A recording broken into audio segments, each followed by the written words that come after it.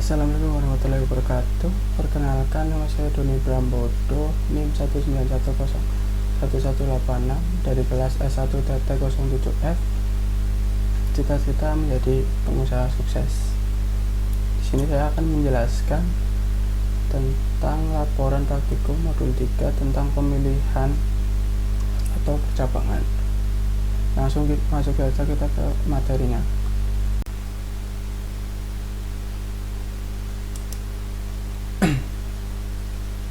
Oke, kita mulai dari dasar teori untuk modul 3, konstruksi dasar pemilihan atau percabangan pendahuluan. Selain runtutan sekuens, konstruksi dasar lain yang dapat digunakan untuk membangun sebuah algoritma adalah pemilihan yang berfungsi untuk mengendalikan atau mengontrol arah dari sebuah proses. Konstruksi dasar pemilihan digunakan untuk memilih langkah apa yang harus diambil atau dilakukan selanjutnya apabila memenuhi sebuah kondisi pada langkah sebelumnya. Dengan adanya pemilihan tersebut, maka program seolah-olah dapat mempunyai pikiran bercabang karena mampu mengambil keputusan selanjutnya berdasarkan kondisi tertentu. Oleh karena itu, konstruksi dasar pemilihan sering disebut juga dengan percabangan atau pengambilan keputusan. Sebuah kondisi pada pemilihan terdiri dari operasi relasional atau perbandingan yang hanya bernilai true atau false dan dikatakan terpenuhi jika menghasilkan nilai true dari operasi tersebut. Operator relasional atau perbandingan yang dapat digunakan dapat dilihat pada tabel berikut.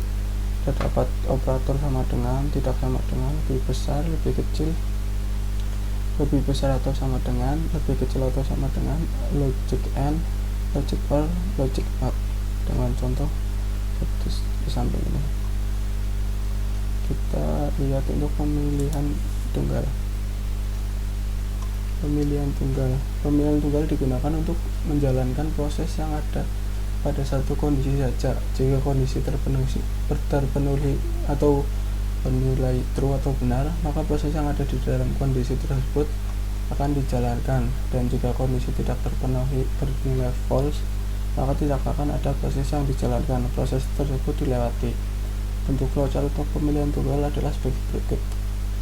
Mulai, lalu kita menginputkan, lalu dilakukan pemilihan atau syarat. Jika ya, dilanjutkan dengan instruksi. Jika tidak, langsung selesai. Struktur pemilihan tunggal tersebut dalam bahasa C atau C++ dinotasikan dengan kode sebagai if true, if pemilihan sama dengan 1, jika benar maka akan dilanjutkan dengan instruksi. Jika tidak bernilai maka langsung N. Kita beralih ke pemilihan ganda.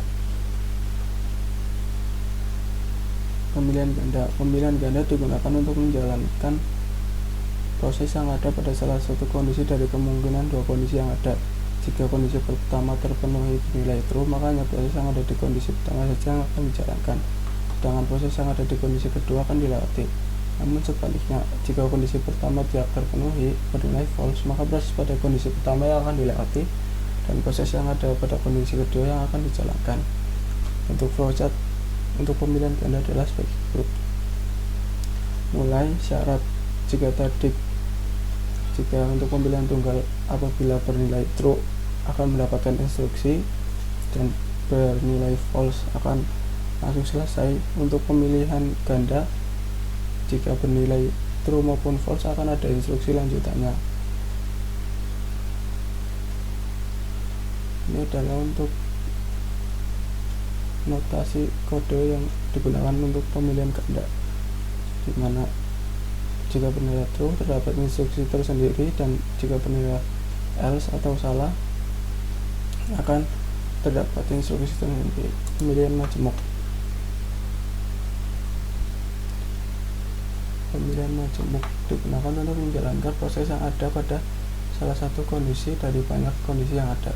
Jika kondisi pertama terpenuhi atau bernilai true, maka hanya proses yang ada di kondisi pertama saja yang akan dijalankan, sedangkan proses yang ada pada kondisi yang lain dia akan dilewati. Namun, jika kondisi pertama tidak terpenuhi atau bernilai false, maka kondisi berikutnya akan diperiksa sampai diperoleh kondisi yang diminta terpenuhi, dan proses yang ada pada kondisi tersebut akan dijalankan, sedangkan proses yang ada di kondisi yang lain akan dilewati. Namun, jika kondisi pertama tidak terpenuhi atau bernilai false, maka kondisi berikutnya akan diperiksa sampai diperoleh kondisi yang diminta terpenuhi, dan proses yang ada pada kondisi tersebut akan dijalankan. Sedangkan proses yang ada di kondisi yang lain akan dilewati. Bentuk flowchart untuk pemilihan majemuk adalah sebagai berikut. Mulai syarat 1, jika syarat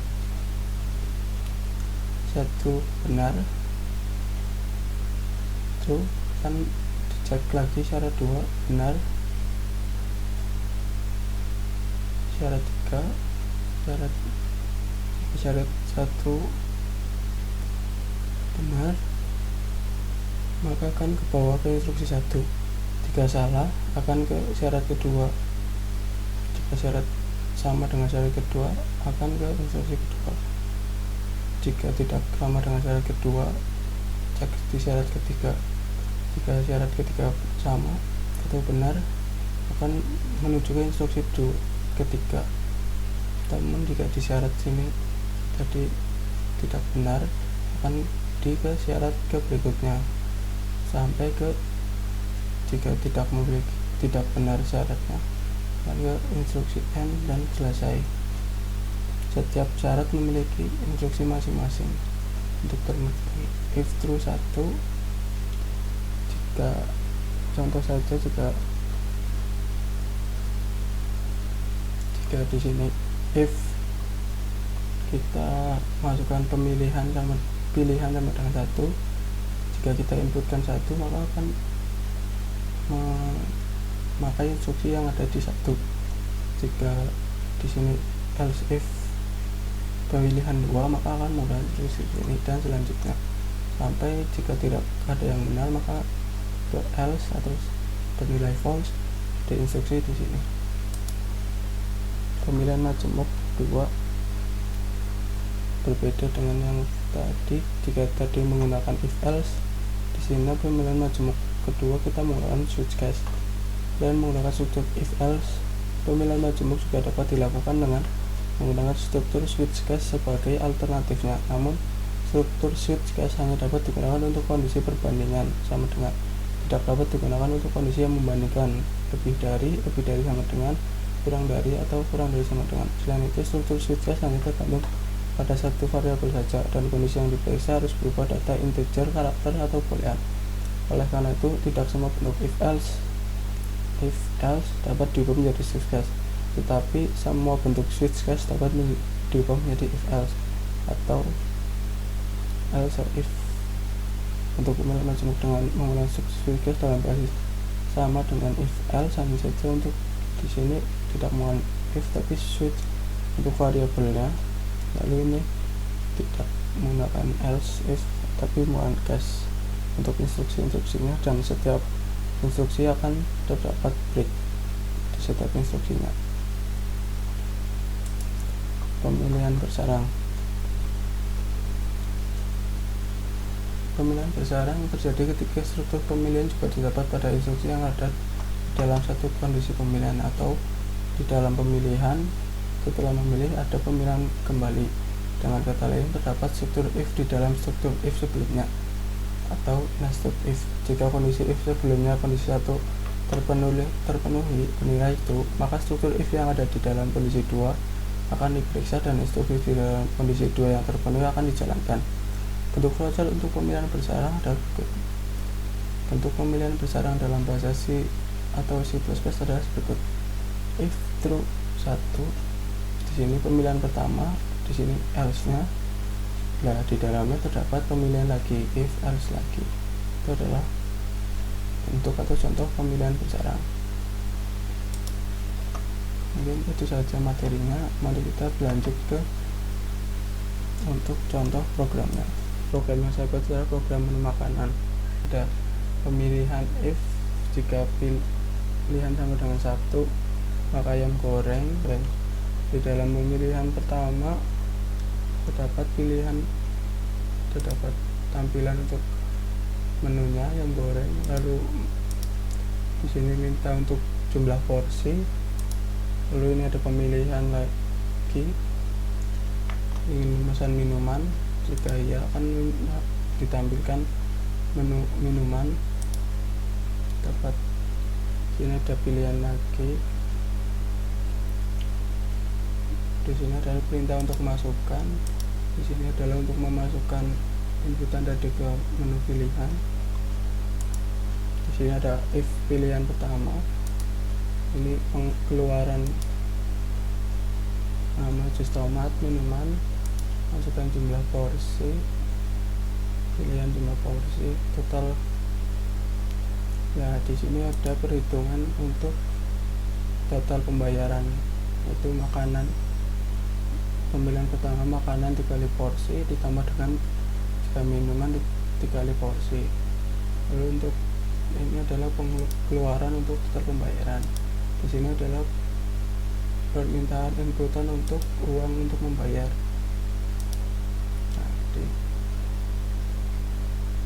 di sini jika pembayarannya lebih dari uang pembayarannya lebih besar dari total pembayaran, maka akan muncul kembalian berapa, dan jika kurang akan muncul maaf uang Anda kurang untuk membayar. Untuk ini sama dengan data. Jadi jika Anda di sini tidak hanya ingin memesan makanan, tidak ingin memesan minuman, di pilihan 1, maka setelah jika tidak, maka hanya akan muncul total makanan dikali porsi, atau total pembayarannya hanya makanan. Tetap muncul di sini untuk inputan uang untuk membayar, pembayaran.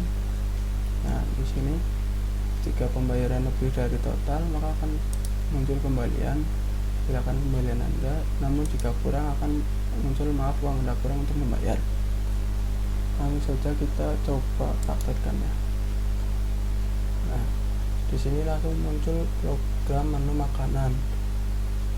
Menu makanan, kita coba pilih pesan 1 ayam goreng, masukkan jumlah porsi. Saya ingin pesan 2 porsi. Ingin memesan minuman, ya, sama dengan 1, ya. Langsung muncul menu untuk minuman. Saya pesan jus jeruk 2 juga, makanan 2 minumannya juga 2. Maka akan muncul total pembayaran sama dengan 40.000. Saya akan membayar dengan uang 50.000. Maka akan keluar, silakan kembalian Anda adalah 10.000, dan akan muncul terima kasih telah memesan. Ya, itu adalah program yang telah saya buat untuk praktikum modul ketiga. Ini adalah flowchart untuk program yang saya buat tadi. Di sini start, lalu ada pilihan makanan, lalu kita inputkan pilihan. Jika pilihan sama dengan 1, nilai true, maka akan muncul ayam goreng dan dilanjutkan program kita.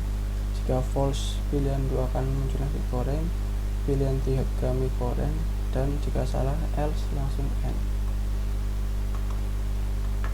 Setelah muncul ayam goreng, sini ditanyakan lagi jumlah porsinya, lalu di sini masukkan pilihan apakah ingin memesan minuman atau tidak. Jika ingin memesan minuman akan lanjut ke pilihan minuman, jika tidak akan selesai dan hanya akan muncul kembalian dan pembayaran untuk makanan saja. Pilihan minuman, jika pilihannya 1, jika pilihan sama dengan 1 true jus tomat, maka akan muncul pemilihan untuk jumlah porsinya berapa, lalu akan diproses untuk pembayaran, total pembayaran, lalu akan dimintai untuk inputan uang, lalu akan proses kembalian, dan akan keluar outputan kembalian. Ya, mungkin itu saja yang bisa saya jelaskan untuk konstruksi dasar pemilihan atau percabangan, dari mulai dasar teori, contoh program yang saya buat, lalu flowchartnya, dan juga demo untuk program saya. Apabila ada kesalahan kata, saya mohon maaf, dan jadilah sukses dan berguna, bukan terlihat sukses dan berguna. Wabillahi taufiq wal hidayah. Wassalamualaikum warahmatullahi wabarakatuh.